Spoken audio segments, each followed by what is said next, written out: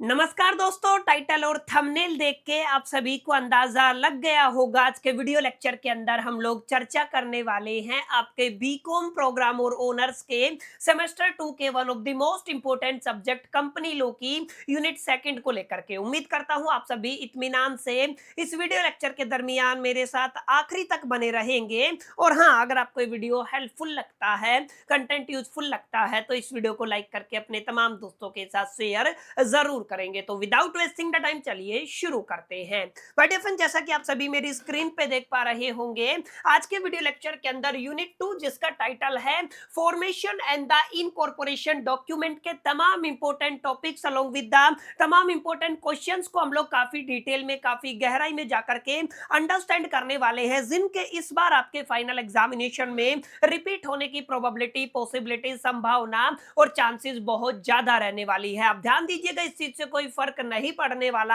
आप लोग दिल्ली यूनिवर्सिटी के अंदर प्रोग्राम के स्टूडेंट है या ओनर्स के स्टूडेंट है, रेगुलर के स्टूडेंट है, आप लोग बेसिकली एसवाल या एनसी वेब के स्टूडेंट है, आप सभी तमाम कैटेगरी के स्टूडेंट्स के लिए आज का वीडियो लेक्चर, आज का सेशन इक्वली इंपॉर्टेंट होने वाला है। बहरहाल ज्यादा बातें ना करते हुए बढ़ते हैं लेक्चर की तरफ और देखते हैं आज का पहला इंपॉर्टेंट टॉपिक। देखिएगा, क्योंकि यहाँ पे हमें इनकॉर्पोरेशन को समझना है, कंपनी की फॉर्मेशन को समझना है, और फॉर्मेशन के टाइम पे ना कौन कौन से इंपॉर्टेंट डॉक्यूमेंट होते हैं, क्या कुछ प्रोसेस होता है, कुछ इस तरीके के टॉपिक्स आपको इस चैप्टर के अंदर देखने को मिलने वाले हैं। अब ध्यान दीजिएगा, सबसे पहला टॉपिक क्या है आज का हमारा। सर, अगर आप लोग किसी भी कंपनी को बेसिकली फॉर्म करना चाहते हैं, उसकी फॉर्मेशन करना चाहते हैं, तो एग्जैक्टली उस कंपनी की फॉर्मेशन कैसे की जा सकती है, कितनी बुनियादी तौर पे स्टेप रहती है और उन स्टेप की अपनी क्या डेफिनेशन रहती है, इस बात को आपको समझना है। ठीक है, अब यहाँ पे ध्यान से समझिएगा, 4 स्टेप ऐसी होती हैं जिनका इस्तेमाल करके आप लोग किसी भी कंपनी की फॉर्मेशन कर सकते हैं।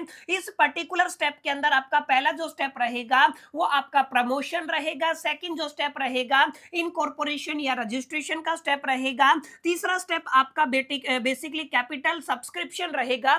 ये स्पेसिफिकली आपका जो पब्लिक कंपनी है ना, वहां पे काफी यूजफुल होता है। और लास्ट में जाके आपको बताना है कमेंसमेंट ऑफ द बिजनेस, यानी कि जब भी कोई भी कंपनी को आप लोग रजिस्टर कराना चाहते हैं तो कितनी स्टेजेस से चार निकल करके गुजरना पड़ेगा आपको। सर, 4 स्टेज रहेंगी। पहली स्टेज क्या रहेगी? प्रमोशन। दूसरी स्टेज क्या रहेगी? इनकॉर्पोरेशन या रजिस्ट्रेशन। तीसरी स्टेज क्या रहेगी? Capital subscription. और चौथी स्टेज क्या रहेगी?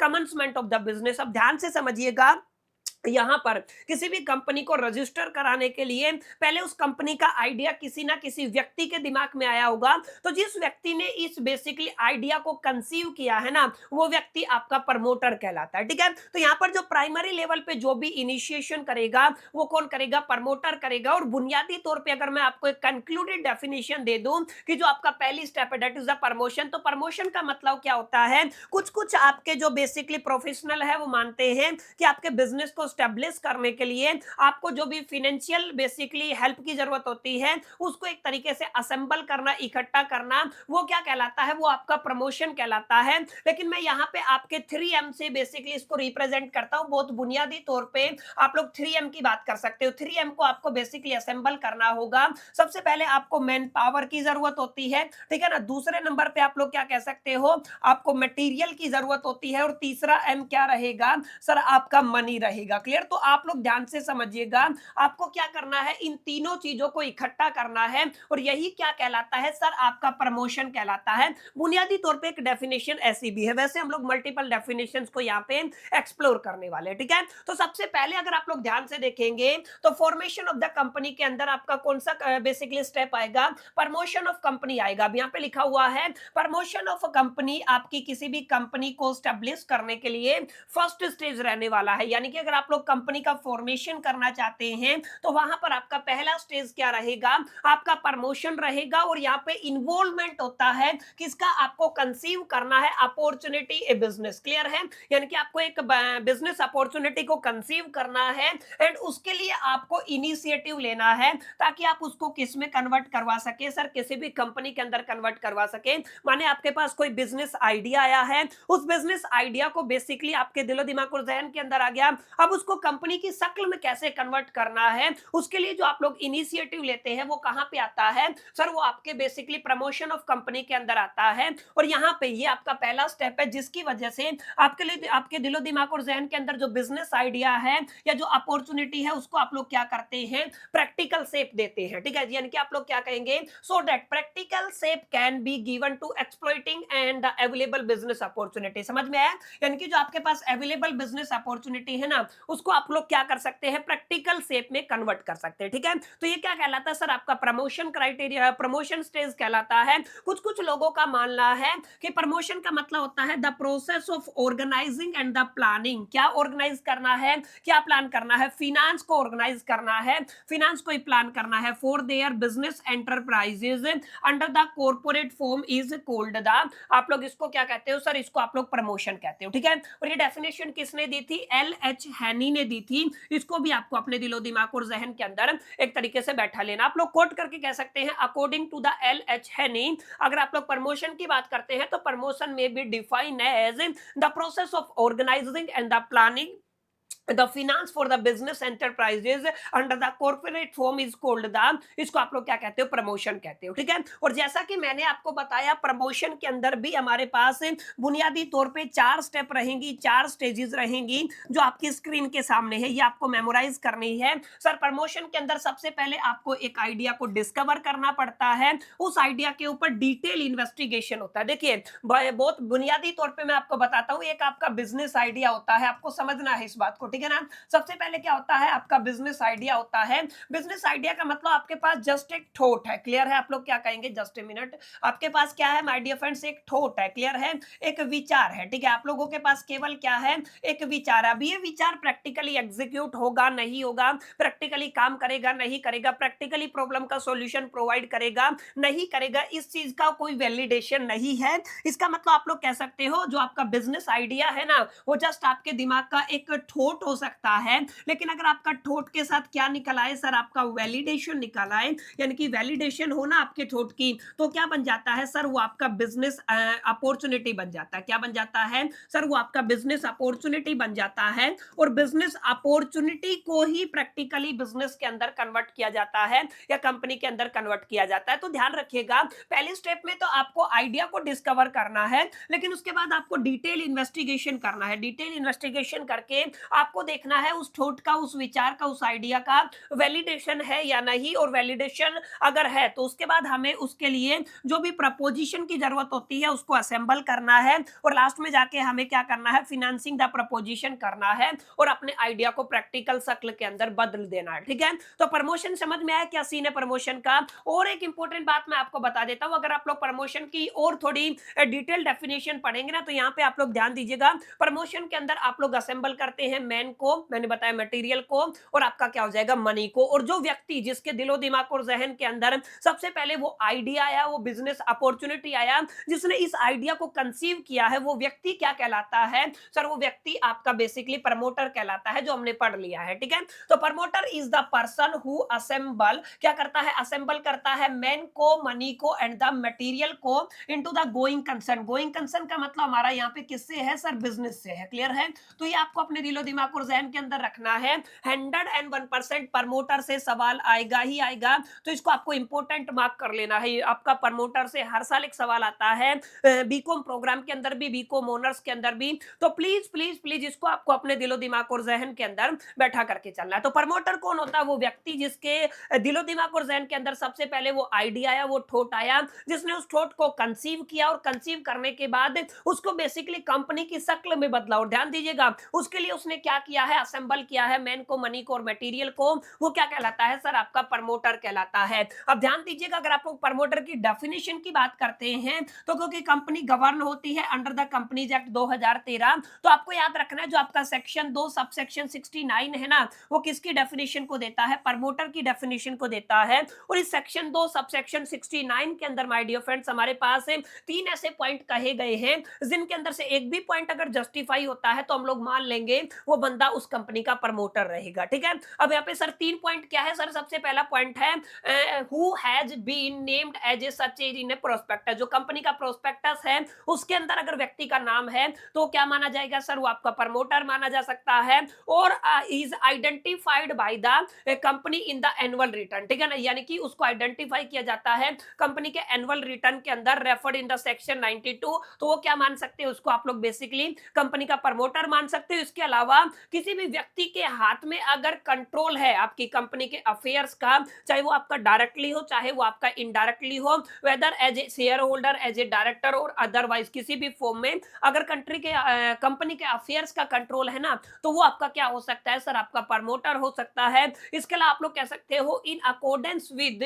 Whose advice, direction and the instruction the board of directors of a company is concern act. यानी कि आप लोग क्या कह सकते हो? बेसिकली जिसकी एडवाइस के ऊपर, जिसके डायरेक्शन के ऊपर, जिसकी इंस्ट्रक्शन के ऊपर बोर्ड्स ऑफ डायरेक्टर अपने डिसीजन लेते हैं, अपने बेसिकली डिसीजन फॉर्म करते हैं, डिसीजन मेकिंग करते हैं, वो क्या कहलाता है सर? आपका प्रमोटर कहलाता है। तो सेक्शन 2 सबसेक्शन 69 की बात करते हो कंपनीज एक्ट 2013, तो it clearly define the definition of the promoter. Promoter वो व्यक्ति होता है जिसका नाम प्रोस्पेक्टस के अंदर हो सकता है या बेसिकली जिसको आइडेंटिफाई किया जाता है company in the annual return के अंदर। सेकंड क्या है? जिसके हाथ में कंपनी के जो अफेयर्स है उनका कंट्रोल होता है, चाहे वो शेयर होल्डर हो, डायरेक्टर हो या किसी और फॉर्म में हो। ठीक है, या तीसरा क्या है? जिसके अकॉर्डिंग्स आपके बोर्ड्स ऑफ डायरेक्टर एक तरीके से चलते हैं, उनको डायरेक्शन फॉलो किया जाता है, उसकी डायरेक्शन, उसकी गाइडेंस लेते हैं, तो वो क्या हो सकता है? आपका प्रमोटर हो सकता है। इनमें से कोई भी सिंगल पॉइंट भी सेटिस्फाई करेगा ना, तो वो कंपनी का क्या कहलाएगा? प्रमोटर कहलाएगा। ठीक है, तो प्रमोटर की कंक्लूडेड डेफिनेशन क्या है? कंपनीज एक्ट के सेक्शन 2 सबसेक्शन 69 के अकॉर्डिंग डेफिनेशन क्या है? इस बात को आपको अपने दिलो दिमाग और जहन के अंदर बैठा लेना। ठीक है, अब यहाँ पे आपसे पूछा जाएगा सर जो आपका प्रमोटर होता है ना, प्रमोटर के कैरेक्टरिस्टिक्स क्या है? तो जैसा कि आप सभी जानते हैं, प्रमोटर सबसे पहले क्या करता है? किसी भी आइडिया को कंसीव करता है। ठीक है, जिसको आप लोग बेसिकली बिजनेस के अंदर कन्वर्ट करने वाले हैं, और वो क्या करता है? आपका प्रीलिमिनरी इन्वेस्टिगेशन करता है और एंश्योर करता है। एंश्योर किसको करता है?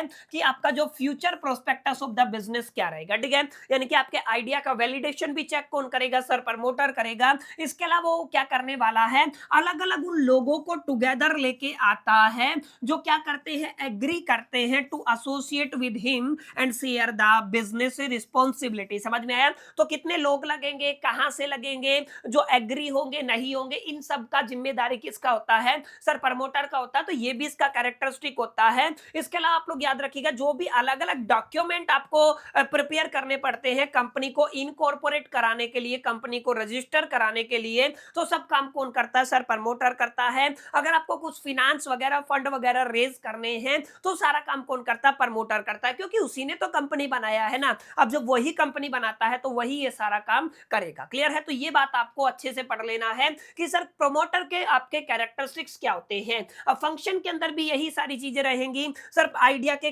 जो आपका कन्वीनियंस से लेकर के और बेसिकली प्रैक्टिकल शक्ल में कन्वर्ट करने का जो भी काम है, वो सब किसका होता है? प्रमोटर का होता है। अब यहाँ पे ध्यान दीजिएगा, जैसे आप लोग क्या कह सकते हो? प्रमोटर नीड टू कॉम्प्रीहेंड और a conceive the idea of the business formation. Obvious सी बात है, इसके पास एक आइडिया होना चाहिए। यही वो बंदा है। प्रमोटर क्या करेगा? Look into the feasibility and the viability of the business idea. यानी कि ये बिजनेस आइडिया की क्या चेक करेगा सर? आपकी वैलिडेशन चेक करेगा। और यही वो व्यक्ति है, इसका ही फंक्शन है, जो आपके आइडिया को प्रैक्टिकल शक्ल में कन्वर्ट करने के लिए जो भी आपका मैन, मनी और मटेरियल चाहिए, उसको एक तरीके से असेंबल करने वाला है। ठीक है, अब यहाँ पे ध्यान रखिएगा, ये प्रमोटर है, ये आपका ऑर्गेनाइज करता है, कलेक्ट करता है उन तमाम रिसोर्सेज को जिनका इस्तेमाल करके आप लोग इस बिजनेस आइडिया को किसके अंदर कन्वर्ट करते हैं सर? रियलिटी के अंदर कन्वर्ट करते हैं। और सबसे जरूरी बात क्या है? प्रमोटर डिसाइड करता है कंपनी का नाम और उसके settles of the content of the company. जैसे आपका मेमोरेंडम ऑफ एसोसिएशन हो गया और article of association. Again promoter की तरह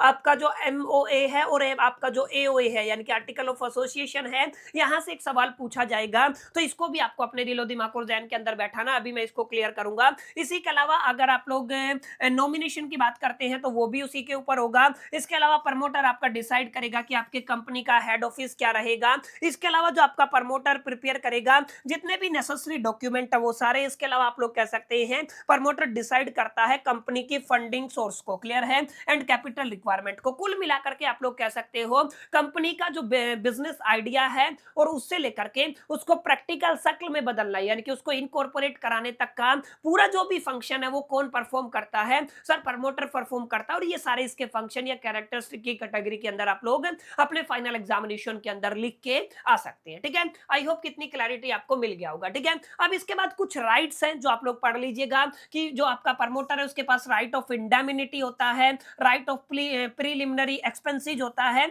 और राइट ऑफ द रेमुनेशन होता है, ठीक है। बहुत बेसिक बात है कि भाई उसको सैलरी मिलेगा, उसके पास राइट टू इंडेमिनिटी रहेगा।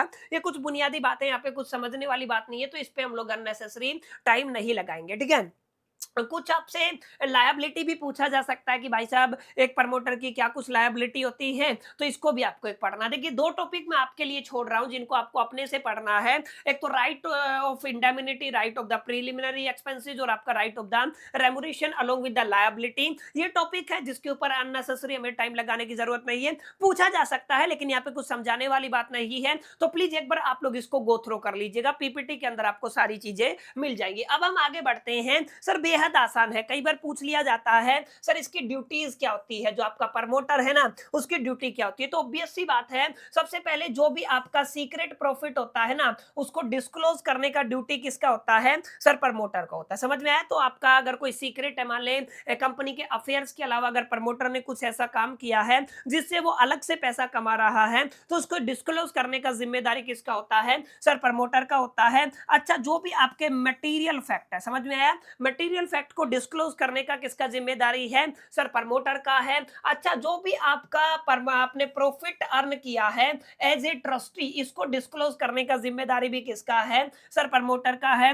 अगर आपने कोई प्राइवेट अरेंजमेंट किया हुआ है अदर देन कंपनी, तो उसको भी डिस्क्लोज करने का जो आपका बेसिकली ड्यूटी है वो किसका रहता है, प्रमोटर का रहता है। और इसके अलावा आपको डिस्क्लोज करना है goodwill to the future shareholder, ठीक है ना। जो भी आपके फ्यूचर शेयर होल्डर रहेंगे उनको गुडविल का डिस्क्लोज करने का जिम्मेदारी भी माय डियर फ्रेंड्स किसका रहता है, प्रमोटर का रहता है। तो कुल मिलाकर के 5-6 पॉइंट है जिनको आप लोग लिख सकते हैं as a duty of the promoter, ठीक है। अब अगर आप लोग रेमुनेशन ऑफ द प्रमोटर की बात कर सकते हैं, यानी कि प्रमोटर पैसा कैसे लेगा, सैलरी कैसे लेगा, तो कैश की टर्म में ले सकता है। वो आपका basically option to the share purchase share, माने कंपनी के शेयर भी परचेज कर सकता है। इसके अलावा वो कुछ कैश में कुछ शेयर के अंदर भी ले सकता है। इसके अलावा कुछ कुछ केसेस में ये देखा गया कि प्रमोटर का अपना कमीशन होता है और वो बेसिकली प्रॉफिट ऑन एसेट भी लेता है। तो कुल मिलाकर के जो इसको रेमुनेशन है ना वो कहां से मिल सकता है, कैश होता है, आपके परचेज ऑफ द शेयर देखने को मिलते हैं, पार्शियली आपको कैश और बेसिकली शेयर और डिबेंचर देखने को मिलता है, कमीशन, और इसके अलावा जो भी एसेट्स के ऊपर बेनिफिट होते हैं ना उसका प्रॉफिट बेसिकली आपका कहां पे रहता है, सर किसके पास रहता है, किसके पास जाता है, उसका एक परसेंटेज आप लोग कह सकते हैं आपके प्रमोटर के पास, ठीक है। तो बिल्कुल आसान है, कोई रॉकेट साइंस नहीं, इसको पढ़ लीजिएगा, ठीक है। अब इसके अलावा देखिए प्रमोटर के टाइप्स कितने होते हैं, ये काफी जरूरी सवाल है। यहां से सवाल क्वेश्चन एग्जामिनेशन के अंदर पूछा जा सकता है कि भाई साहब टाइप्स ऑफ द प्रमोटर कितने होते हैं। तो ध्यान दीजिएगा, प्रमोटर के बेसिकली यहाँ पे मैंने आपके 4 टाइप लिखे हुए हैं और चारों को हमें पढ़ना, ठीक है। पहला टाइप होता है जो आपके प्रोफेशनल प्रमोटर होते हैं। प्रोफेशनल प्रमोटर वो आपके इंडिविजुअल्स हो सकते हैं या कंपनीज हो सकती हैं जो आपकी स्पेशलाइज होती है in the formation of the company. माने कुछ ऐसे इंस्टीट्यूशंस होते हैं, कुछ ऐसे इंडिविजुअल्स होते हैं जिनका जो इस फील्ड के अंदर प्रोफेशनल होते हैं कि कंपनी को इनकॉर्पोरेट कैसे किया जाए। तो ये लोग क्या कहलाते हैं, सर ये आपके बेसिकली प्रोफेशनल प्रमोटर्स कहलाते हैं। और several companies are structured as a professional services which once the company is formed close to the project and move to the another one। समझ में आया, यानी कि यहाँ पे कुछ ऐसी कंपनीज भी है जिनका स्ट्रक्चर ही ऐसा होता है, वो एक कंपनी को इनकॉर्पोरेट करती है, उसको स्टैब्लिश करने के बाद अब उसका क्या करती है वो जाने, फिर दूसरे को बिल्ड करती है। यानी कि यहाँ पे कुछ ऐसे इंडिविजुअल्स होते हैं और कुछ ऐसी कंपनीज होती हैं जिनका बेसिकली ये आपका बेसिकली प्रोफेशन होता है, जो प्रोफेशनल होते हैं इस फील्ड के अंदर, ठीक है। अब दूसरा होता है ओकेजनल प्रमोटर। ओकेजनल प्रमोटर मतलब जो ओकेजनली, यानी कि कोई ऐसे individual who occasionally participate in the formation of the company, माने ओकेजनली किसी एक बेसिकली घटना में उसने बेसिकली कंपनी के फॉर्मेशन के अंदर एक तरीके से इन्वॉल्वमेंट किया, पार्टिसिपेशन किया। Some time professional in other field of the occupation when opportunity arises help in forming a company but don't make this is an occupation. माने कुछ ऐसे लोग होते हैं जिनका ऑक्यूपेशन अलग होता है, जिनका प्रोफेशन अलग होता है, लेकिन उनको एक बिजनेस अपॉर्चुनिटी दिखता है, बिजनेस अपॉर्चुनिटी दिखता है, तो बिजनेस की उस बिजनेस को प्रैक्टिकल शक्ल में कन्वर्ट करने के लिए, कंपनी का रजिस्ट्रेशन कराने के लिए वो फॉर्मेशन के अंदर शामिल हो जाते हैं। तो उनका प्रोफेशन ये नहीं है, दैट्स व्हाई वो आपका ओकेजनली या ओकेजन प्रमोटर कहलाएगा। ठीक है, ये दूसरे तरीके का है। तीसरा क्या रहेगा, फाइनेंशियल प्रमोटर। फाइनेंशियल प्रमोटर वो प्रमोटर होते हैं जो generally big financial institution just like bank और इन्वेस्टमेंट फर्म, यानी कि आपके बड़े इंस्टीट्यूशनल इन्वेस्टर होते हैं, जैसे आपके बैंक्स हो गए या फिर आप लोग कह सकते हैं आपकी इन्वेस्टमेंट फर्म्स हो गई है। ठीक है, and they create a companies for investing and the showing returns but do not necessary remain the invested after the incorporation. Simple मुद्दा यही है, बड़े बड़े बैंक्स और इंस्टीट्यूशनल इन्वेस्टर क्या करते हैं, कंपनी के प्रमोटर हो सकते हैं। इसके अलावा एक आपका एंटरप्रेन्योरल प्रमोटर होता है। These are class of a promoter whose create a companies they want to manage themselves, यानी कि ये वो लोग हैं जो इस तरीके की कंपनी को क्रिएट करते हैं जिनको वो आगे जाकर के ना मैनेज करना चाहते हैं, चलाना चाहते हैं। वो क्या कहलाती है सर, वो आपके एंटरप्रेन्योरल बेसिकली प्रमोटर्स कहलाते हैं। And they certainly take a active part in the management, यानी कि ये क्या करते हैं, एक्टिव पार्टिसिपेशन करते हैं किसके अंदर, मैनेजमेंट के अंदर, आफ्टर द इनकॉर्पोरेशन। ये हम लोग बात कर चुके हैं। Generally these promoters are a visionary for founders who plan to see the idea and grow into the fully functioning concern. ये सेम बात है, ठीक है ना।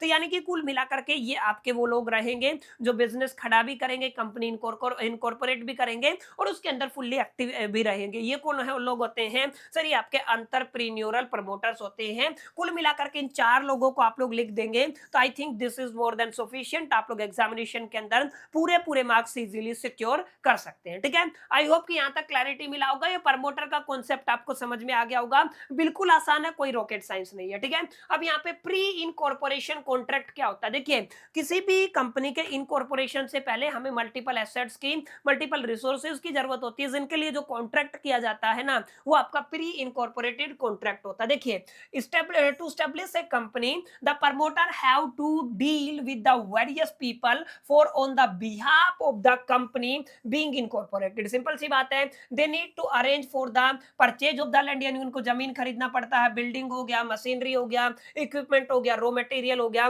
For the use of the company after it has been being and so such that they make the contract with the various parties. यानी कि simple सी बात है, कंपनी के एस्टेब्लिशमेंट से पहले की बात हो रही है, उसको इन तमाम चीजों के अंदर कॉन्ट्रैक्ट करना पड़ता है। Since these contract are made before the company has came into being an as an identity, माने अभी तक आपका जो कंपनी है वो आपका रजिस्टर नहीं हुआ है, कभी कंपनी अभी तक आपका क्या नहीं हुआ है, आपका इनकॉर्पोरेटेड नहीं हुआ है। तो यहाँ पे क्या होगा, before it has been incorporated they are called it as a pre incorporation और ए प्रीलिमिनरी कॉन्ट्रैक्ट। तो इसको क्या बोला जाता है, प्रीलिमिनरी कॉन्ट्रैक्ट बोला जाता है या प्री इनकॉर्पोरेशन कॉन्ट्रैक्ट बोला जाता है। माने कंपनी के लिए जो भी आप लोग लैंड खरीदते हैं, जो भी आप लोग मशीनरी खरीदते हैं, इक्विपमेंट खरीदते हैं, इनकॉर्पोरेशन से पहले वो आपके बेसिकली जिस कॉन्ट्रैक्ट के बेस पे खरीदे जाते हैं वो आपका प्रीलिमिनरी कॉन्ट्रैक्ट कहलाता है, या आप लोग कह सकते हो प्री इनकॉर्पोरेशन कॉन्ट्रैक्ट कहलाता है। दैट्स इट, इससे बाहर कुछ नहीं लिखना। ठीक है, समझ में आई इतनी बात, चलिए आगे चलते हैं। सबसे जरूरी बात क्या है सर, अगर आप लोग कंपनी को इनकॉर्पोरेट कराना चाहते हैं, कंपनी की फॉर्मेशन करना चाहते हैं अंडर द कंपनीज एक्ट 2013, तो हमारे पास बुनियादी तौर पे क्या क्या स्टेप रहेंगे। देखिए स्टेप में आपको समझा दूंगा, लिखना कैसे इसके नीचे आपको लिखा हुआ है। ठीक है, देखिए सबसे पहली स्टेप क्या रहेगी, आपको क्या करना है, आपका जो डिजिटल सिग्नेचर सर्टिफिकेट होता है जिसको आप लोग डीएससी बोलते हैं, उसके लिए अप्लाई करना होता है। उसके बाद आपको डीआईएन नंबर यानी कि आपका डायरेक्टर आइडेंटिफिकेशन नंबर के लिए अप्लाई करना होता है। फिर आपको नाम का अप्रूवल लेना होता है, आपको स्पाइस फॉर्म फिल करना है अलोंग विद पार्ट ए। इसके बाद आपको क्या करना है, अपने एमओए और एओए को प्रिपेयर करना है, मेमोरेंडम ऑफ एसोसिएशन और आर्टिकल ऑफ एसोसिएशन को प्रिपेयर करना है। फिर आपको स्पाइस फॉर्म के साथ पार्ट बी फिल करना है। ठीक है, जहां पे आप लोग एमओए की और एओए की डिटेल डालेंगे। उसके बाद आपको पेमेंट ऑफ द फीस करना है एंड जो आपके स्टैंप ड्यूटी है उसको पे करना है। लास्ट में जाकर के अगर आपको अप्रूवल मिलता है तो आपको certificate of the incorporation notification issued by the registrar of company मिल जाता है, ठीक है। तो कुल मिलाकर के आप लोग कहेंगे 2 4 6 7 स्टेप के अंदर आप लोग कंपनीज एक्ट के अंदर अपनी कंपनी को इनकॉर्पोरेट करा सकते हैं। जहां पे सबसे पहले आपको क्या करना है, डिजिटल सिग्नेचर सर्टिफिकेट के लिए अप्लाई करना है, जिसको आप लोग डीएससी सर्टिफिकेट कहते हैं। ये किसके लिए होता है, फॉर द पर्पज डायरेक्टर्स के लिए होता है, एंड ये मैंडेटरी होता है ई फिलिंग के लिए, ठीक है। अगर आप लोग ई फिलिंग करना चाहते हैं तो उस केस में डीएससी सर्टिफिकेट की जरूरत होती है। एक बार डीएससी सर्टिफिकेट बन जाएगा उसके बाद आपको DIN number, director identification number के लिए अप्लाई करना होता है, और ये आपका अपना एक यूनिक नंबर होता है assign to the each director. हर एक डायरेक्टर के लिए आपका एक डीआईएन नंबर बेसिकली जनरेट होता है, ठीक है। अब इसके अलावा अगर आप लोग देखेंगे तो आपको क्या करना है, स्पाइस फॉर्म फिल करना है along with the part A. तो इसके अंदर क्या होगा सर, आपको अपनी कंपनी का नाम अप्रूवल लेना पड़ेगा, माने आपका file for companies name reservation through the MCA, ministry of the corporate affairs के पोर्टल के थ्रू अगर आप लोग अपनी कंपनी के नाम को रिजर्व कराना चाहते हैं तो आपको स्पाइस फॉर्म के साथ पार्ट ए फिल करना है। एंड यहाँ पे ध्यान रखिएगा, ये जो नाम आप लोग रिजर्व कराना चाहते हैं ऑब्वियस सी बात है वो गाइडलाइन को फॉलो करना चाहिए, ठीक है। चौथी स्टेप के अंदर आप लोग क्या करते हैं सर, आपका मेमोरेंडम ऑफ एसोसिएशन और आर्टिकल ऑफ एसोसिएशन डिसाइड करते हैं, ठीक है। इसके अलावा स्टेप नंबर 5 के अंदर आप लोग क्या करते हैं, स्पाइस फॉर्म का पार्ट बी फिल करते हैं, जहां पर आप लोग क्या करेंगे, complete the form and attach the document like the आपका आइडेंटिफिकेशन और address proof of the director हो गया, address proof of the registered office हो गया, एमओए हो गया, और आपका डिक्लेरेशन बाय द डायरेक्टर हो गया। तमाम डॉक्यूमेंट मोटा मोटा लिखा है, इसके अलावा भी काफी डॉक्यूमेंट होते हैं, ये आपको क्या करने पड़ते हैं, अपलोड करने पड़ते हैं, फाइल करने पड़ते हैं, ठीक है। अब इसके अलावा क्या होएगा 5 के बाद, अच्छा ये जो डॉक्यूमेंट है ये आपको चाहिए इनकॉर्पोरेशन के टाइम पे, जैसे आईडी प्रूफ चाहिए, आधार या पैन ऑफ डायरेक्टर हो गया, आपको एड्रेस प्रूफ चाहिए, आपको पासपोर्ट साइज फोटो चाहिए, आपको रजिस्टर्ड ऑफिस एड्रेस प्रूफ चाहिए, आपको अपना एमओए और एओए चाहिए। इसके अलावा आपको क्या चाहिए, declaration by the professional CA, CS या एडवोकेट, यानी कि चार्टर्ड अकाउंटेंट हो गया, कंपनी सेक्रेटरी हो गया, या जो एडवोकेट है उनके थ्रू आपको क्या चाहिए, डिक्लेरेशन चाहिए, ठीक है। तो इस पर्टिकुलर सिनेरियो के अंदर ये आपको याद रखना है, ये डॉक्यूमेंट की जरूरत होती है। And incorporation under the companies act 2013 के अंदर कुछ पॉपुलर सेक्शन है, जैसे अगर अगर सेक्शन 3 की बात करते हैं तो डिफाइन करता है what type of company can be formed, माने सेक्शन 3 के अंदर ये बताया गया है कौन सी कंपनी फॉर्म की जा सकती है। सेक्शन 7 के अंदर बताया गया है प्रोसेस ऑफ इनकॉर्पोरेशन, जो अभी ने पढ़ा, मल्टीपल स्टेप के अंदर होता है। और सेक्शन 10 के अंदर बताया गया है इफेक्ट ऑफ द रजिस्ट्रेशन, और सेक्शन 12 के अंदर बताया गया registered office of the company के बारे में, ठीक है। तो बुनियादी तौर पर कुछ कुछ सेक्शन है जो आपके पूछे जा सकते हैं, इंपॉर्टेंट है, इनको एक बार याद कर लीजिएगा, एग्जामिनेशन के अंदर आता है तो डेफिनेटली आप इनको लिख के आ सकते हैं, ठीक है। तो यहां तक आई होप की क्लैरिटी मिला होगा। और एक बार आपने, अच्छा यहां तक आपने कर दिया, अब इसके बाद क्या करना, फीस पेमेंट करना, स्टाम्प ड्यूटी पेमेंट करना है। अगर आपकी सारी डिटेल सही होती है तो रजिस्ट्रार ऑफ कंपनी की तरफ से आपको एक आपका that is the incorporation certification जारी कर दिया जाता है। तो ये कुल मिलाकर के आपकी बुनियादी स्टेप थी जिनको आप लोग बेसिकली कर सकते हैं, ठीक है। तो यहां तक हम लोगों ने क्या सीखा सर, अभी तक हम लोगों ने 2 स्टेप पढ़ी है, एक आपका प्रमोशन वाला स्टेप पढ़ लिया, वहां पर हम लोगों ने बुनियादी तौर पे स्टेप पढ़ी, इनकॉर्पोरेशन और रजिस्ट्रेशन पढ़ लिया है। अब अगला जो स्टेप रहेगा ना, कैपिटल सब्सक्रिप्शन रहेगा, और कैपिटल सब्सक्रिप्शन सबसे बुनियादी और जरूरी स्टेप है माय डियर फ्रेंड्स आपके पब्लिक कंपनी के केस में। स्पेसिफिकली किसकी बात कर रहे हैं सर, पब्लिक कंपनी की कर रहे हैं, तो ध्यान दीजिएगा कैपिटल सब्सक्रिप्शन का मतलब क्या होता है, once a company is incorporated, एक बार कंपनी आपकी क्या हो गई, इनकॉर्पोरेट हो गई, तो नेक्स्ट इंपॉर्टेंट स्टेप क्या रहेगा, पब्लिक कंपनी के केस में सर आपको फंड रेज करना, ठीक है। और ये जो फंड रेज करने का प्रोसेस है ना पब्लिक से, ये क्या कहलाता है, कैपिटल सब्सक्रिप्शन कहलाता है। सर क्या कहलाता है, कैपिटल सब्सक्रिप्शन कहलाता है, ये आपको याद रखना, ठीक है। क्या कहलाएगा सर, कैपिटल सब्सक्रिप्शन कहलाएगा।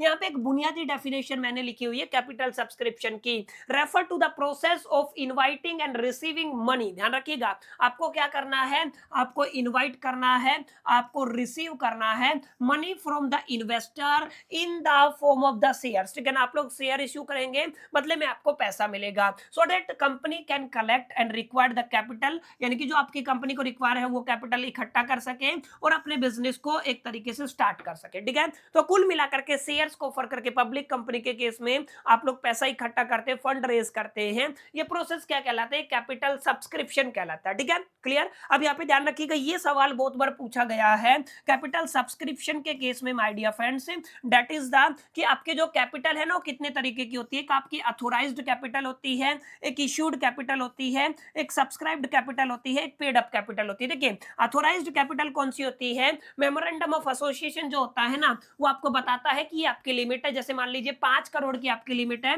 तो आप लोग अपने जीवन काल के अंदर उस कंपनी के अंदर 5 करोड़ से ज्यादा कैपिटल रेज नहीं कर सकते हैं। तो आप लोग ये कह सकते हैं ये आपकी मैक्सिमम कैपिटल है जो आपकी कंपनी को अलाउ की जाती है as per the memorandum of association. अभी 5 करोड़ में से मान लीजिए मेरे को 2 करोड़ की जरूरत है, तो मैं क्या करूंगा, 2 करोड़ का ऑफर कर दूंगा। तो ये क्या कहलाएगी सर, इश्यूड कैपिटल कहलाएगी। माने जो आपकी अथोराइज्ड कैपिटल है ना, उसका जो पोर्शन कैपिटल ऑफर किया जाता है पब्लिक को सब्सक्रिप्शन के लिए, वो क्या कहलाता है, इश्यूड कैपिटल कहलाता है। और इस पर्टिकुलर इश्यूड कैपिटल का वो पार्ट जो बेसिकली इन्वेस्टर्स क्या करते हैं, बाई करने के लिए एग्री करते हैं, वो क्या कहलाता है, सब्सक्राइब्ड कैपिटल कहलाता है। और जितने की पेमेंट होती है यानी कि सब्सक्राइब्ड कैपिटल का वो पोर्शन, ठीक है ना, जिसके लिए कोई भी कंपनी क्या करती है, मनी रिसीव करती है, वो क्या कहलाता है, पेड अप कैपिटल कहलाता है। ठीक है, तो ये 4 ही पढ़ने हैं सर। कैपिटल के अंदर authorised capital, memorandum of association के अंदर जो मैक्सिमम लिमिट है, ठीक है, इसके अंदर से जो आपने कंपनी को ऑफर किया वो क्या कहलाएगा, इशूड कैपिटल कहलाएगा। इन्वेस्टर ने जो बाई करने के लिए बेसिकली एग्री किया वो सब्सक्राइब्ड कैपिटल कहलाएगा। जिसके लिए कंपनी को पैसा मिला वो क्या कहलाएगा, पेड अप कैपिटल कहलाएगा। That's it. ठीक है, तो ये आपको याद रखना है। आपका जो बुनियादी स्टेप है कैपिटल सब्सक्रिप्शन रहता है, इसका डेफिनेशन क्या है और यहाँ पे कितने तरीके की कैपिटल आपकी रहती है। ठीक है, और पब्लिक कंपनी के केस में कई बार पूछ लिया जाता है कैपिटल सब्सक्रिप्शन प्रोसेस क्या होता है। तो बुनियादी तौर पे आपको याद रखना है सर, सबसे पहले आपको प्रोस्पेक्टस इशू करना है, प्रिपेयर करना है। अगर सीबी की रिक्वायरमेंट है तो आपको फाइलिंग करना है सीबी के साथ। इसके अलावा आपको पब्लिक को इनवाइट करना है, आपको एप्लीकेशंस को रिसीव करना है, आपको मिनिमम सब्सक्रिप्शन चेक करना है। सेक्शन 39 बताता है कि मिनिमम कितना होना चाहिए सर, 90% आपका सब्सक्रिप्शन होना चाहिए। ठीक है, ये आपको याद रखना। ठीक है, इसके अलावा आपको अलॉटमेंट ऑफ द शेयर करना है। इसके अलावा आप लोगों को issue of the share certificate करना है। लास्ट में जाके आप लोग क्या करते हैं, सेक्शन 10A के according commencement of the business करते हैं। ठीक है, तो ये कुछ बुनियादी स्टेप है, एक बार पढ़ लीजिएगा।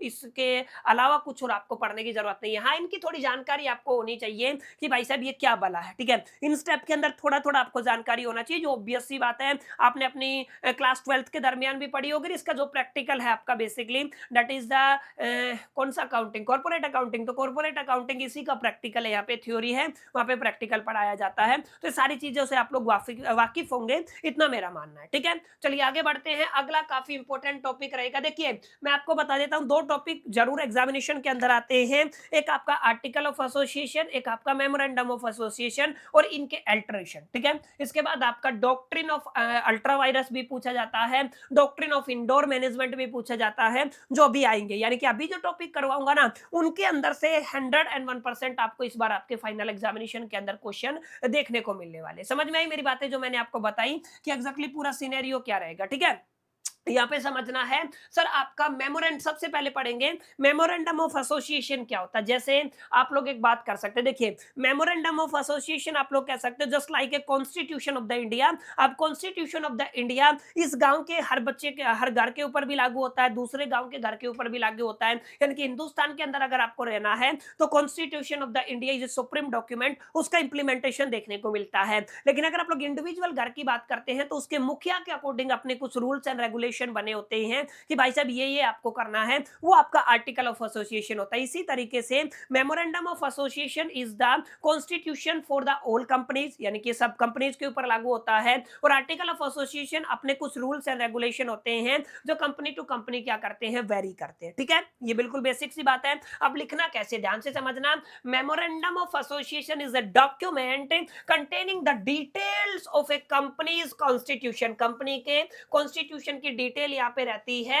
And is the foundation of the company structure, और आपका कंपनी का स्ट्रक्चर क्या रहेगा, इसका फाउंडेशन कौन माना जाता है सर, आपका मेमोरेंडम ऑफ एसोसिएशन माना जाता है। ठीक है, तो मेमोरेंडम ऑफ एसोसिएशन क्या होएगा, एक ऐसा डॉक्यूमेंट होएगा जहां पे क्या क्या डिटेल्स होंगी, कंपनी के कॉन्स्टिट्यूशन की डिटेल होंगी, जिसको आप लोग foundation of the company structure मान करके चलते हैं। ठीक है, अच्छा इसको आप लोग basically charter of the company भी कहते हैं। ठीक है, ये जो डॉक्यूमेंट है इसको चार्टर ऑफ द कंपनी के नाम से भी जाना जाता है। है। और मेमोरेंडम ऑफ एसोसिएशन एक ऐसा डॉक्यूमेंट है जो ले डाउन करता है कंपनी की जो एक्टिविटी है उनके स्कोप को, ठीक है ना, यानी कि कंपनी की जो एक्टिविटी है उनके क्या स्कोप रहेंगे, इसको ले डाउन करने का काम कौन करता है सर, मेमोरेंडम ऑफ एसोसिएशन करता है।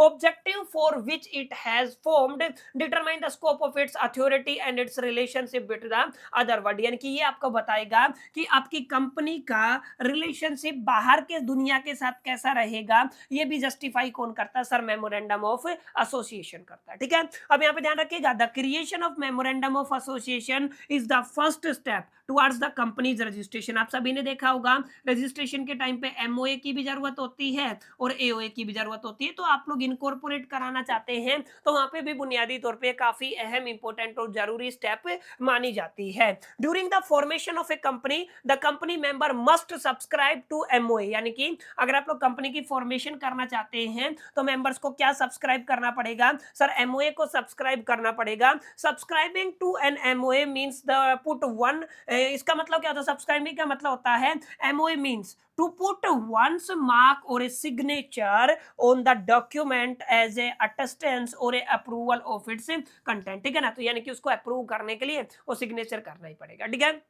This is going to be very very important, बहुत बेसिक डेफिनेशन है, आप सभी ने पढ़ी होगी, रिवीजन हो गया होगा, तो आप लोग इसको लिख सकते हैं, ठीक है। अब यहाँ पे ध्यान रखिएगा, यहाँ पे मैंने एक टेक्निक दिया हुआ है, content of the memorandum of association क्या रहेगा, इसको आप लोग याद रख सकते हैं टेक्निक से। दैट इज कहाँ चला गया यार, चल ही नहीं रहा, चलिए ध्यान दीजिएगा।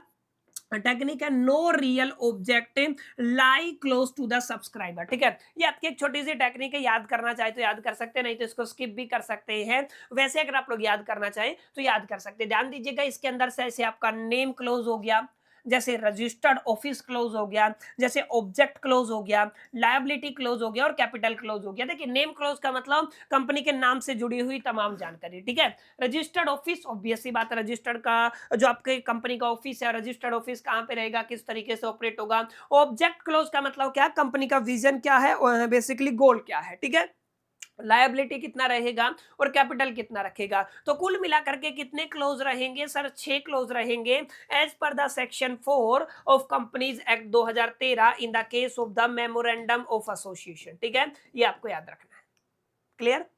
अब यहाँ पे देखिएगा, ये सारी बातें लिखी हुई है। अच्छा, इनका डिस्क्रिप्शन है, लिख दीजिएगा कि भाई नेम क्लोज के अंदर नेम ऑफ द कंपनी होता है, जैसे लिमिटेड के अंदर आपको लिमिटेड शब्द लिखना पड़ता है, प्राइवेट लिमिटेड के अंदर पीछे प्राइवेट लिमिटेड लगाना पड़ता है, आपका जो रजिस्टर्ड ऑफिस है वो कहाँ रहेगा, किस स्टेट के अंदर रहेगा, किस जगह पे रहेगा, ये तमाम चीजें यहाँ पे आपको देखने को मिलेगी। कुल मिलाकर के एमओए के कंटेंट के अंदर आपके कितने क्लोज रहते हैं, 6 क्लोज रहते हैं, name close, registered office close, objective close, liability close और कैपिटल क्लोज, और उसके बाद आपका क्या रहेगा, सब्सक्रिप्शन क्लोज रहेगा। बताए ना सब्सक्रिप्शन कितना रहेगा, ठीक है, तो ये आपको लिख देना है। इसके अलावा ध्यान रखिएगा फीचर्स ऑफ एमओए का क्या मतलब है, ये काफी इंपॉर्टेंट पॉइंट है sir. Fundamental charter of the company हम लोग पढ़ चुके हैं, इसको आप लोग फंडामेंटल चार्टर डॉक्यूमेंट कहते हैं, ठीक है, यानी कि इसको कॉन्स्टिट्यूशन भी माना जाता है कंपनी का, या चार्टर डॉक्यूमेंट भी माना जाता है। अच्छा, ये आपका लीगल बाउंड्री सेट करता है कंपनी के लिए, ठीक है, कानूनी मर्यादा सेट करता है कि कंपनीज की एक्टिविटी क्या रहेंगी। यही वो डॉक्यूमेंट है जो कंपनी के स्कोप को डिफाइन करता है, कंपनी की एक्टिविटीज को डिफाइन करता है। अगर आप लोग एमओए के बाहर जाते हैं, कोई भी एक्टिविटी करते हैं आउटसाइड द एमओए, तो आप लोग याद रखिएगा उसको इनवैलिड माना जाएगा, और उसी को आप लोग क्या मानते हैं, अल्ट्रा वायरस मानते हैं। क्या मानते हैं, अल्ट्रा वायरस, माने बियॉन्ड द एमओए अगर आप लोग कोई भी बिजनेस एक्टिविटी करते हैं तो आपका इनवैलिड माना जाता है, और वो क्या कहलाता है, वो आपका अल्ट्रा वायरस वाला केस कहलाता है, ठीक है। अब यहाँ पे याद रखिएगा, अगर आप लोगों को बेसिकली अपनी कंपनी को इनकॉर्पोरेट कराना है तो वहां पे रजिस्ट्रार ऑफ जो आपका कंपनीज होता है वहां पे आपको एमओए को 100% मैंडेटरी माना जाता है। इसके बिना आप लोग कंपनी को बेसिकली इनकॉर्पोरेट या रजिस्टर्ड नहीं करा सकते हैं। इसके अलावा काफी सारी लीगल प्रोसीडिंग में भी आपकी ये मदद करता है, और याद रखिएगा ट्रांसपेरेंसी और अकाउंटेबिलिटी को मेंटेन करने में भी माय डिफेंस से आपकी काफी हद तक मदद करने वाला है। समझ आए? तो these are the very basic point जिसको आपको अपने दिलो दिमाग और जहन के अंदर बैठा करके चलना है, और फटाफट से रिवाइज कर लीजिए और अपने फाइनल एग्जामिनेशन के लिए इसको आप लोग लोग प्रिपेयर कर सकते हैं, ठीक है।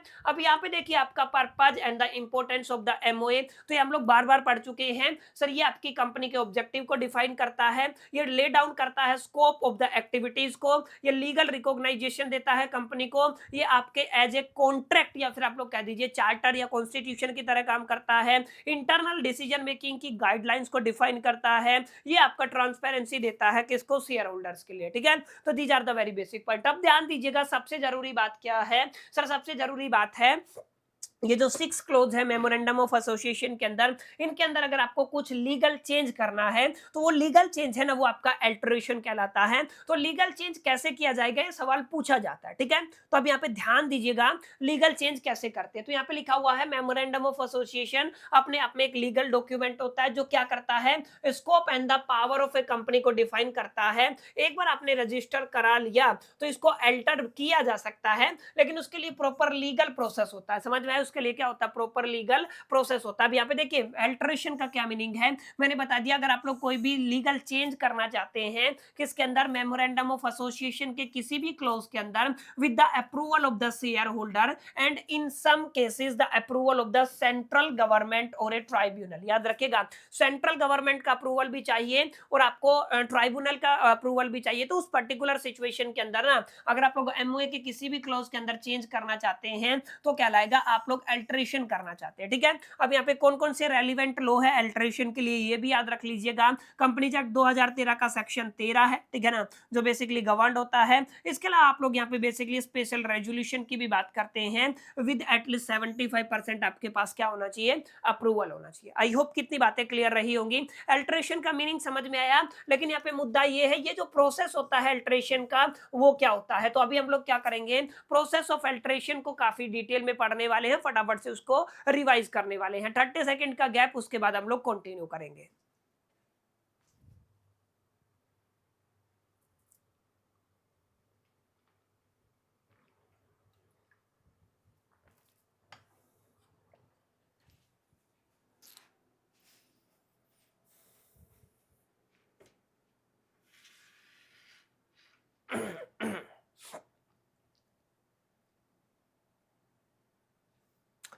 चलिए चलते हैं। देखिए आगे क्या करना है, आगे आपका है alteration of memorandum of association करना चाहते हैं तो कौन कौन से ऐसे क्लोज है जिनको अल्टर किया जा सकता है। देखिए यहाँ पे आप लोग साफ साफ देखिएगा, जो आपका लायबिलिटी क्लोज है ना उसको अल्टर नहीं किया जा सकता। सिर्फ किसको नहीं किया जा सकता, लायबिलिटी क्लोज को।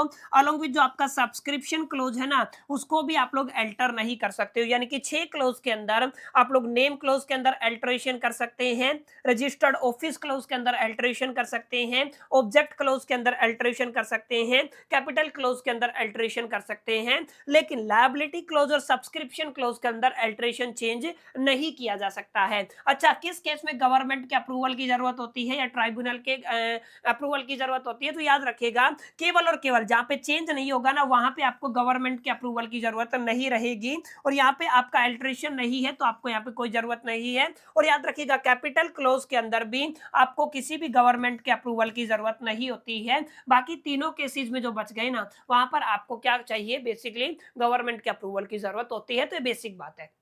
अब यहाँ पे देखिएगा प्रोसीजर क्या रहेगा अल्टरेशन के लिए। सर अल्टरेशन के लिए प्रोसीजर बिल्कुल सेम है। सबसे पहले आपको बोर्ड मीटिंग बुलाना है, ठीक है ना। बोर्ड मीटिंग के अंदर आपको बोर्ड रेजोल्यूशन पास करना है अल्टरेशन के लिए, ठीक है ना। उसके बाद आपको फिक्स करना है एक डेट जर्नल मीटिंग के लिए, ठीक है, जहां पे आपका शेयर होल्डर का अप्रूवल होना जरूरी है। सेकेंड स्टेप में आपको क्या करना है, आपको एक इश्यू करना है नोटिस जर्नल मीटिंग के लिए, ठीक है ना। Send the notice to the all shareholder at least 21 days before the meeting. Meeting से 21 दिन पहले तमाम शेयर होल्डर को ये आपका नोटिस इशू होना चाहिए, और यहाँ पे सारी डिटेल्स होनी चाहिए कि पर्पस अल्टरेशन क्या है और रेजोल्यूशन क्या रहने वाला है, ठीक है। इसी तरीके से तीसरा स्टेप क्या रहेगा, आपको पास करना है एक स्पेशल रेजोल्यूशन जिसकी हमने जिक्र किया। At the journal meeting pass the special resolution with the 75% majority, यानी कि आपका 75 मेजोरिटी के साथ आपको क्या करना है, एक स्पेशल रेजोल्यूशन को पास करना है। उसके बाद आपको फाइल करना है with the registrar of company, यानी आप लोग फाइल करेंगे required form with the registrar of the company, यानी कि आपको एक फॉर्म भरना है that is the MGT 14 for filing the special resolution with in the 30 days. उसके अलावा क्या है, other form depending on the type of the changes. कुछ ऐसी चीजें हैं जो अलग अलग टाइम किस तरीके का चेंज आप लोग चाहते हैं उसके ऊपर भी डिपेंड करता है। कुल मिलाकर के board meeting, issue notice for the journal meeting, उसके बाद स्पेशल रेजोल्यूशन, और आपको फिर आरओसी को क्या कर देना है, फाइल कर देना। अब इसके बाद क्या होता है, अथॉरिटी आपको अप्रूवल दे भी सकती है, नहीं भी दे सकती है। देखिए, for change of the name और स्टेट, ठीक है ना, अगर आप लोग एड्रेस चेंज करना चाहते हैं ऑफिस का, या फिर आप लोग नेम चेंज करना चाहते हैं, तो उसके लिए आप लोग INC 24 भरते हैं नेम के लिए, और एड्रेस के लिए अगर आप लोग INC 23 भरते हैं। तो ये आपको याद रखना है। यहाँ पे अगर आप लोग नाम या स्टेट के अंदर चेंज करना चाहते हैं तो ये आपकी मैंडेटरी स्टेप होती है। लास्ट एंड फाइनल स्टेप क्या होती है, जो आपका रजिस्ट्रार है इशू करता है कंफर्मेशन को, माने after approval ROC registered the change and issue A certificate of the incorporation fresh, जो आपका नया वाला रहेगा, जहाँ पे आप लोगों ने नाम या फिर स्टेट को चेंज किया होगा। और ध्यान रखिएगा, यहाँ पे जो पूरा लीगल प्रोसेस हमने समझा है और नाम और आपके रजिस्टर्ड ऑफिस को चेंज करने के लिए ही सीखा है, ठीक है। तो ये कुछ बुनियादी स्टेप है जिनको आपको एक बार पढ़ लेना है। बेहद आसान है यार, बिल्कुल आसान है, थ्योरेटिकल है, सारी चीजें पढ़ करके आप लोग फोड़ के आ सकते हैं, ठीक है। अगर आप लोग कुछ जैसे नाम क्लोज के अंदर अल्टरेशन करना चाहते हैं, रजिस्टर्ड ऑफिस के अंदर अल्टरेशन करना चाहते हैं, तो मैंने बताया जैसे नाम के अंदर INC 24 चाहिए, और अगर आप लोग रजिस्टर्ड ऑफिस की बात करते हैं तो 23 चाहिए, सारी चीजें, ठीक है। इसके अलावा एक बार ऑब्जेक्टिव क्लोज और कैपिटल क्लोज के अंदर कैसे चेंज करना है, जैसे ऑब्जेक्टिव क्लोज के अंदर आपको फॉर्म MGT 14 चाहिए, और कैपिटल क्लोज के अंदर बेसिकली ऐसा कुछ है नहीं, तो यहाँ पे आपको फॉर्म HS 7 चाहिए। ये आपको याद रखना, ठीक है। तो बुनियादी तौर पे इनको भी एक बार गो थ्रो कर लेना है कि भाई साहब ये बेसिकली 4 पॉइंट मैंने क्या लिखे हुए हैं, वही बातें हैं जो अभी अभी हमने डिस्कस की है, ठीक है। तो इस तरीके से माय डियर फ्रेंड्स आप लोग मेमोरेंडम ऑफ एसोसिएशन के अंदर अल्टरेशन कर सकते हैं। बताइए यहाँ तक रिवाइज हुआ कि नहीं हुआ? सर मेमोरेंडम ऑफ एसोसिएशन क्या होता है, आर्टिकल ऑफ एसोसिएशन क्या होता है? देखिए, हम लोग बहुत डिटेल में नहीं जाएंगे, हम एग्जामिनेशन के पॉइंट ऑफ व्यू से सेशंस को डिजाइन कर रहे हैं, तो जितना जल्दी हो सकता है, जितना कम समय में हो सकता है, मैं आपको रिवाइज करने की कोशिश कर रहा हूं। बहुत ज्यादा डिटेल में घुसने का अब समय भी नहीं है। ऐसा नहीं है कि भाई साहब आप लोग बेसिकली यहाँ पर एक से यूनिट के ऊपर 3-3 घंटे का लेक्चर ले रहे हैं, फिर अननेसेसरी आप लोग पजल होंगे। अभी आप लोग केवल उतना पढ़िए जितना एग्जामिनेशन के अंदर पूछा जाता है, और ये आपका मेरे हिसाब से 1 से 1.25 घंटे का जो सेशन है यूनिट वाइज, वो आपका मोर देन इनफ रहने वाला। बाकी सहूलियत आपको जैसा अच्छा लगे वैसा कर सकते हैं, ठीक है। अब हम बात करने वाले हैं आर्टिकल ऑफ एसोसिएशन को लेकर के। Article of association of a company contain it's rule and the bylaws, ठीक है ना। कंपनी के रूल्स क्या रहेंगे और बायलॉज क्या रहेंगे, ये कहां पे लिखे होते हैं? आर्टिकल ऑफ एसोसिएशन के अंदर लिखे होते हैं। एंड याद रखिएगा, regulation that control and govern, ठीक है ना। रूल रेगुलेशन सब कहां पे देखने को मिलते हैं? आपको एओए आर्टिकल ऑफ एसोसिएशन के अंदर देखने को मिलते हैं, जिनका इस्तेमाल करके आप लोग इंटरनल अफेयर्स को मैनेज करते हैं, ठीक है। कंपनी के इंटरनल अफेयर्स को क्या करते हैं? मैनेज करते हैं। Article of association is subordinate to the MOA, ये काफी इंपॉर्टेंट बात है। आर्टिकल ऑफ एसोसिएशन क्या होता है? सबऑर्डिनेट टू द एमओए होता है of a company, and is govern by the MOA, यानी कि एओए है उसको कौन गवर्न करता है? जो आपका एमओए है वही गवर्न करता है। Every company must have a article of association, it play a vital role in defining its internal rights, यानी कि ये क्या करता है? इंटरनल राइट्स को डिफाइन करने में काफी हद तक मदद करता है। वर्किंग के अंदर मैनेजमेंट एंड ड्यूटीज को डिफाइन करने में आपके आर्टिकल ऑफ एसोसिएशन मदद करता है। And the content of article of association should be sync with the MOA, ये याद रखना है कि इसका जो कंटेंट है ना, वो आपके एमओए के साथ क्या होना चाहिए? सिंक होना चाहिए, along with the companies act 2013, ठीक है। ये कुछ बेसिक पॉइंट है। अच्छा, इसके अंदर क्या क्या होते हैं? इंपोर्टेंट कंटेंट क्या है? बड़ी सारी लिस्ट है, आप लोग पढ़िएगा। एक आपका शेयर कैपिटल होता है, एक लीन ऑन शेयर्स होता है, एक ट्रांसफर और ट्रांसमिशन होता है, एक फॉरफीचर होता है, एक आपका जर्नल मीटिंग के लिए होता है, बोर्ड्स ऑफ डायरेक्टर, उसके बाद अकाउंट एंड ऑडिट हो गया, डिविडेंड हो गया, उसके बाद अल्टरेशन ऑफ कैपिटल हो गया, एंड उसके बाद बोरोविंग हो गया, उसके बाद वाइंडिंग अप हो गया, उसके बाद इंडेमिनिटी हो गया, और उसके बाद क्या हो गया? सील हो गया। तो ये आपका क्या रहता है? कंटेंट रहता है। इस टेक्निक से आप लोग इसको याद भी कर सकते हैं, कोई दिक्कत यहाँ पे आपको देखने को नहीं मिलेगी। तो कंटेंट क्या है ये आप लोग एक बार पढ़ लीजिएगा, ठीक है ना। अब यहाँ पे जैसे आपका लिखा हुआ है basically characteristic of A article of association, article of association के अंदर क्या क्या कैरेक्टरिस्टिक होती है। तो सबसे पहले आपने पढ़ा सर ये आपका subordinate to the memorandum of association होता है। इसके अलावा जितने भी आपके इंटरनल रूल्स एंड रेगुलेशन है कंपनी के, वो सब कहाँ पे लिखे होते हैं सर? एओए के अंदर होते हैं। ये आपका बाइंडिंग कॉन्ट्रैक्ट होता है, binding contract between the company and its members. याद रखेगा, वहां पे आपने क्या पढ़ा था? कंपनी का आउटसाइडर के साथ कैसे बिहेवियर रहेगा, कैसे रिलेशनशिप रहेगा, ये मेमोरेंडम ऑफ एसोसिएशन के अंदर होता है। लेकिन कंपनी का उसके मेंबर के साथ क्या कुछ रिलेशनशिप रहेगा, ये इसके अंदर बाइंडिंग कॉन्ट्रैक्ट की तरह कौन काम करता है? आर्टिकल ऑफ एसोसिएशन काम करता है, ठीक है। तो ये आपको याद रखना है, ठीक है। इसके अलावा ये आपका इसका एक लीगल इफेक्ट भी होता है कि रजिस्ट्रेशन के टाइम पे आपको बेसिकली आपके आर्टिकल ऑफ एसोसिएशन की जरूरत होती है और ये आपका अल्टरेबल डॉक्यूमेंट होता है। इसके अंदर बाद में जाकर के कुछ चेंजेस बेसिकली किए जा सकते हैं स्पेशल रेजोल्यूशन पास करके, ठीक है। और applicable to the old type of the company, हर एक कंपनी के अंदर आपको आपका एओए आर्टिकल ऑफ एसोसिएशन की जरूरत होती है। तो कुल मिलाकर के डेफिनेशन है आर्टिकल ऑफ एसोसिएशन क्या होता है, इसका कंटेंट क्या है। अब यहाँ पर भी सेम वही बात आएगी कि अल्ट्रेशन का मतलब अगर आप लोग आर्टिकल ऑफ एसोसिएशन के किसी भी क्लॉज के अंदर कोई भी चेंज करना चाहते हैं, लीगल चेंज करना चाहते हैं, तो वो क्या कहलाएगा, अल्ट्रेशन कहलाएगा। अब इसको आप लोग अल्टर कर सकते हैं अकॉर्डिंग टू द सेक्शन 14, यानी कि आप लोग क्या कहेंगे सर, जो आपका सेक्शन 14 ऑफ कंपनीज एक्ट है वो कहता है आपको एक स्पेशल रेजोल्यूशन पास करना है subject to the provision of act and approval for the authority. अगर आपका अथॉरिटी का रिक्वायरमेंट है तो अथॉरिटी का रिक्वायरमेंट करके स्पेशल रेजोल्यूशन पास करके आप लोग आर्टिकल ऑफ एसोसिएशन को अल्टर कर सकते हैं, ठीक है। अब यहाँ पे क्या लिखा हुआ है, condition for a valid alteration. सबसे पहली बात तो आपको क्या डन करना है, बोनाफाइड डन करना है, ठीक है। किसके लिए, कंपनी के लिए। मस्ट नॉट कॉन्फ्लिक्ट, कॉन्फ्लिक्ट क्या होना चाहिए, क्या नहीं होना चाहिए, memorandum of association and companies act 2013 any other applicable law, यानी कि किसी भी लॉ के साथ, मेमोरेंडम ऑफ एसोसिएशन के साथ कोई भी कॉन्फ्लिक्ट नहीं होना चाहिए, ठीक है। अब यहाँ पे लिखा हो मस्ट नॉट बी ओप्रेसिव और ए फ्रॉडलेंट टुवर्ड्स एनी मेंबर और ए माइनॉरिटी शेयर होल्डर, माने किसी भी तरीके का कोई भी इलीगल जो एक्टिविटी है, अनएथिकल एक्टिविटी है, एथिक्स नॉर्म्स और डिसिप्लिन के खिलाफ जो भी चीजें हैं वो यहाँ पे नहीं होनी चाहिए। इन सिचुएशन के अंदर अगर ये सारी चीजें बेसिकली ठीक है तो आपका जो अल्टरेशन है वो कैसा माना जाएगा, वैलिड अल्टरेशन माना जाएगा, ठीक है। तो बिल्कुल बेसिक, अब यहाँ पे ध्यान दीजिएगा प्रोसेस क्या है। अगेन आपको क्या करना है, बोर्ड मीटिंग बुलाना है, board meeting to approve the draft of a altered article, माने आपको किसको अप्रूव कराना है, आपका अल्टर्ड आर्टिकल का जो ड्राफ्ट है उसको अप्रूव कराना है।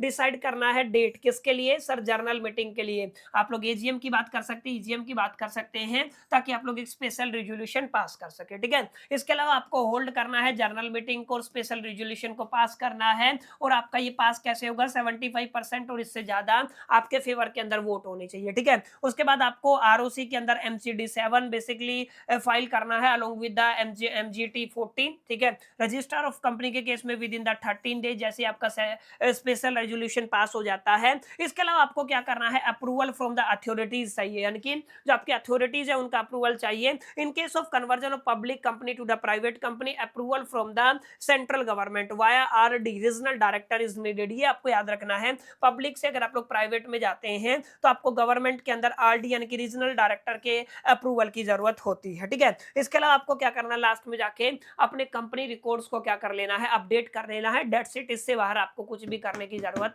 नहीं है, ठीक है। तो ये आप पढ़ लीजिएगा कैसे अल्टरेशन करना है, ये कैसे क्या करना है, बिल्कुल सिंपल है। अब ध्यान रखिएगा, डॉक्ट्रिन ऑफ कंस्ट्रक्टिव नोटिस एक टॉपिक रहेगा, एक आपका डॉक्ट्रिन ऑफ इंडोर मैनेजमेंट रहेगा, एक आपका डॉक्ट्रिन ऑफ अल्ट्रा वायरस और इंट्रा वायरस रहेगा। ये टॉपिक इस बार आपके एग्जामिनेशन के अंदर आने के पूरे पूरे चांसेस है, तो इसको थोड़ा सा हम लोग अच्छे से पढ़ने वाले हैं, ठीक है। आई होप कि इस चीज का क्लैरिटी रहा होगा। क्या कर रहा है, ठीक है ना, आई होप कि इस चीज का क्लैरिटी रहा होगा।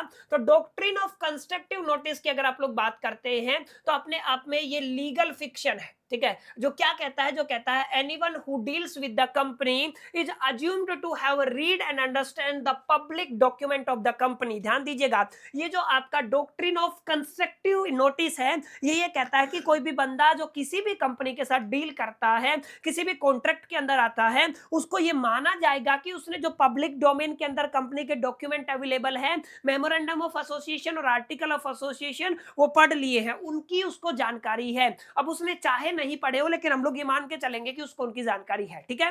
तो यही लिखा हुआ है, doctrine of constructive notice is a legal fiction that assumed to have read and understand the public document, जो आपके क्या है, that is the memorandum of association and the article of association, ठीक है। और ये जो डॉक्यूमेंट है ये पब्लिक डोमेन में अवेलेबल होते हैं, ROC की वेबसाइट के ऊपर जाकर के आप लोग इनको चेक कर सकते हैं, ठीक है।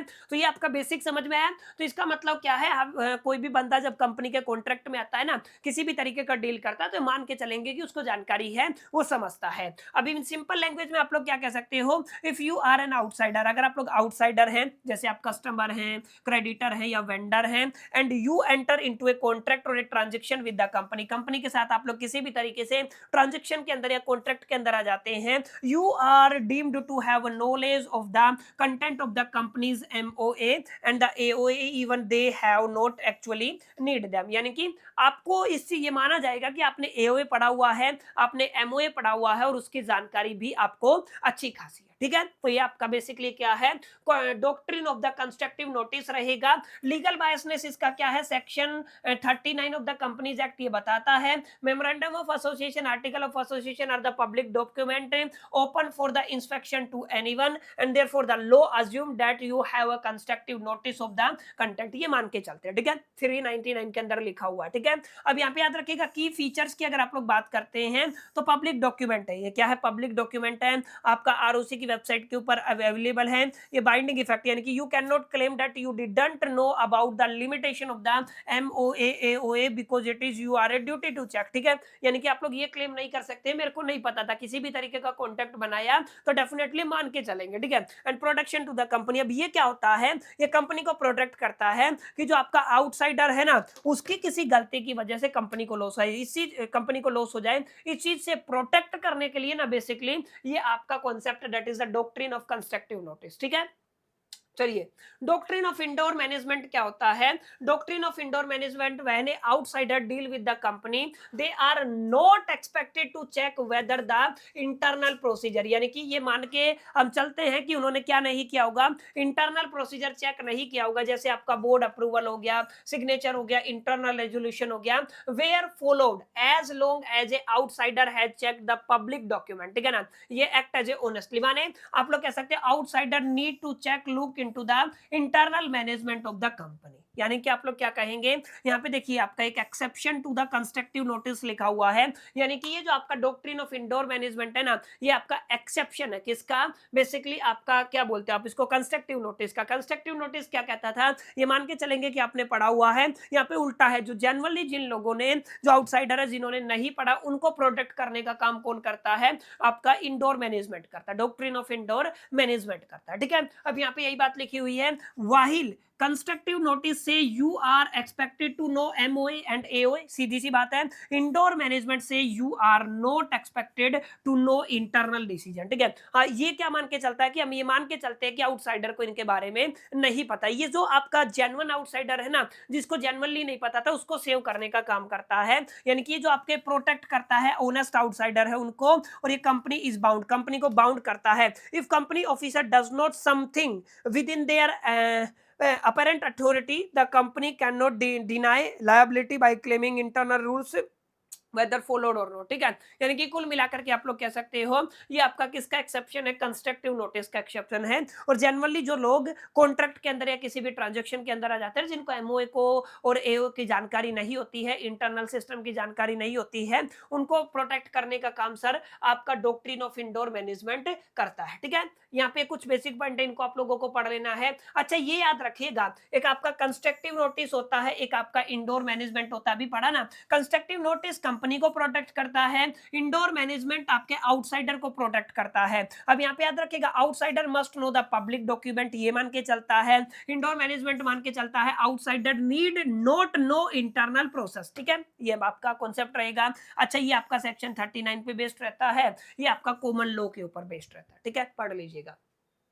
एक और कॉन्सेप्ट है that is a doctrine of ultra virus. Doctrine of ultra virus, ultra vires का मतलब क्या है, MOA के अंदर जो कंपनी की लिमिटेशन है ना, उसके अगेंस्ट अगर आप लोग उसके बियॉन्ड जाकर के कोई भी बिजनेस एक्टिविटी करते हैं, तो बिजनेस एक्टिविटी क्या कहलाती है, वो आपका अल्ट्रा वायरस कहलाती है। यही यहाँ पे लिखा हुआ है, अल्ट्रा वायरस का मतलब क्या होता है, बियॉन्ड पावर जाकर के काम करना, ठीक है।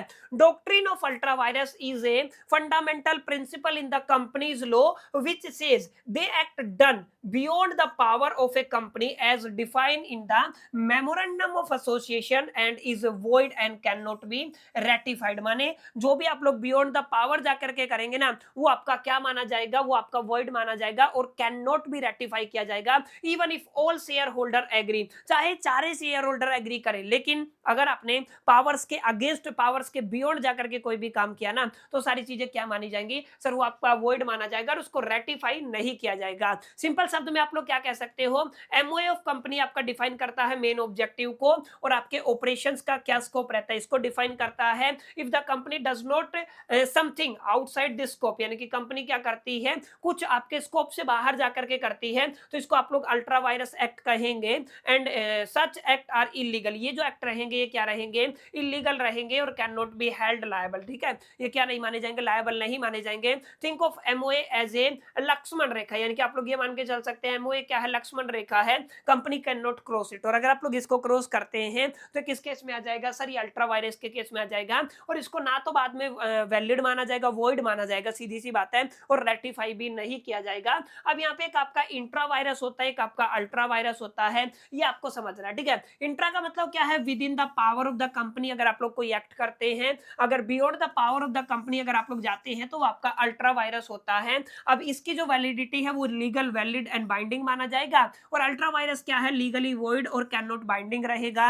अगर आप लोग एनफोर्सिबिलिटी की बात करते हैं तो यस, ये आपका विद इन द पावर है, तो यस ये क्या रहेगा, नो रहेगा। इसके अलावा आप लोग क्या कहेंगे, कैन बी रेटिफाई, यस इसको रेटिफाई किया जा सकता है, ये हम लोग पढ़ चुके हैं, इसको रेटिफाई नहीं किया जाएगा। ठीक है, तो यहाँ पे फर्क आता है सर, आपका इंट्रा और अल्ट्रा में क्या फर्क होता है, डॉक्ट्रिन ऑफ अल्ट्रा वायरस क्या होता है, डॉक्ट्रिन ऑफ इंडोर मैनेजमेंट क्या होता है, इसके अलावा डॉक्ट्रिन ऑफ कंस्ट्रक्टिव नोटिस क्या होता है, एओए क्या है, एमओए क्या है, इनके अल्ट्रेशन क्या है। ये कुछ ऐसे बुनियादी सवाल हैं जिनसे इस बार आपको फाइनल एग्जामिनेशन के अंदर 101% कोई ना कोई क्वेश्चन देखने को मिलेगा। तो माय डियर फ्रेंड्स, ये आपका सुपर फास्ट रिवीजन था आपकी यूनिट सेकंड को लेकर के, जहां पर हम लोगों ने डिस्कस किए आपके तमाम जो आपकी यूनिट सेकंड के वो important topics along with the question, जिनके इस बार आपके फाइनल एग्जामिनेशन के अंदर रिपीट होने की प्रोबेबिलिटी, पॉसिबिलिटी, संभावना और चांसेस बहुत ज्यादा रहने वाली है। उम्मीद करता हूं आप सभी को ये वीडियो पसंद आया होगा, लेक्चर आपको अच्छा लगा होगा। वीडियो अगर आपको अच्छा लगा तो इस वीडियो को लाइक जरूर कर दीजिएगा, दोस्तों के साथ शेयर करना मत भूलिएगा। पहली दफे चैनल पे आए हैं तो चैनल को सब्सक्राइब करके बेल आइकन को जरूर प्रेस कर दीजिएगा। इस वीडियो के अंदर इतना ही, मिलते हैं नेक्स्ट वीडियो के अंदर। जब तक के लिए मैं तो सोल दी bye, still the keep learning.